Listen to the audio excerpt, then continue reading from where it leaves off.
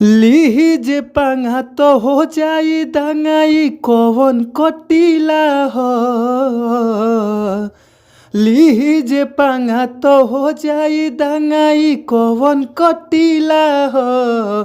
अपना गरमी में नरमी राखस बबुआ जिलाई बघावा हो। अपना गरमी में नरमी राखस बबुआ जिलाई बक्सर हो। जी हाँ, तो आप सब कैसन बनी जाए भैया। और पूरा हमार भरोसा बा, पूरा विश्वास बा कि आप लोग मस्त हो खबजा, खुश हो खबजा, तंदुरुस्त हो खबजा, स्वस्थ हो खबजा। और हम बानी आप सबके भोजपुरी गायक व गीतकार नीतीश सिंह। और रउआ सबके प्रणाम करतनी। और आप लोग के बीच में बहुत ही ज़बरदस्त, बहुत ही बेटर, बहुत ही बढ़िया हम ई रंगदारी सॉन्ग लेके आ गइल बानी। तो रउआ सब ई रंगदारी सॉन्ग अच्छा से गाइब जा। और ई जे अपना जिला से बाटे, अपन जिला के नाम लगा के ई सॉन्ग गावे के बाटे। अगर रउआ सब अच्छा गावतानी, अच्छा मैटर रउआ सबके नइखे मिल पावत, तो आप लोग हमारी यूट्यूब चैनल के सब्सक्राइब कर ली। जौना यूट्यूब चैनल के नाम बाटे भोजपुरी संगीत लिरिक्स। तो आप लोग हमार चैनल के ज़रूर सब्सक्राइब करी जा। और घंटी बेल आइकन के दबावल रउआ सब में मत भुलाइब जा। और आशा ना बल्कि विश्वास बा ये भैया कि अगर इस सॉन्ग रउआ सभे म्यूजिक बनवा के अच्छा से अगर स्टूडियो में रिकॉर्ड कर के गायकी कर देतानी जा, तो हमारा पूरा भरोसा बा कि इस सॉन्ग आप लोग के बीच में ज़रूर बाजी ये भैया। तो आई जा, हम रउआ सबके मुखड़ा सुनावतानी।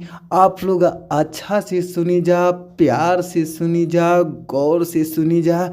तो आई जा, मुखड़ा के कहे के भाव का बाटे सुनी जा। कहे के भाव, सुनये हो रानी ना हो खपरसानी, धरी कोनो गाटा तो काटा से मानी। सुनये हो रानी ना हो खपरसानी, आ धरी कोनो घाटा तो काटा से मान। लिही जे पांगा तो हो जाई दंगाई कौन कटीला हो। अरे लिही जे पांगा तो हो जाई दंगाई कौन कटीला हो। अपना गरमी पनरमी राखस बबुआ जिलाई बघावा हो। अपना गरमी पनरमी राखस बबुआ जिला गाजीपुर हो।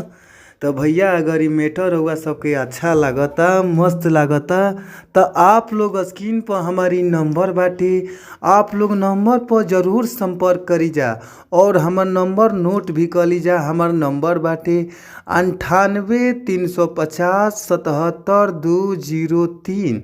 तो आप लोग और एक बार नंबर नोट कर ली 98 350 77 203।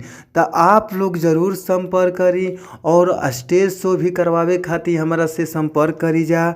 और कोई भी सॉन्ग चैनल खातिर गवावे खातिर हमारा संपर्क करी जा। आप लोग ज़रूर संपर्क करी जा।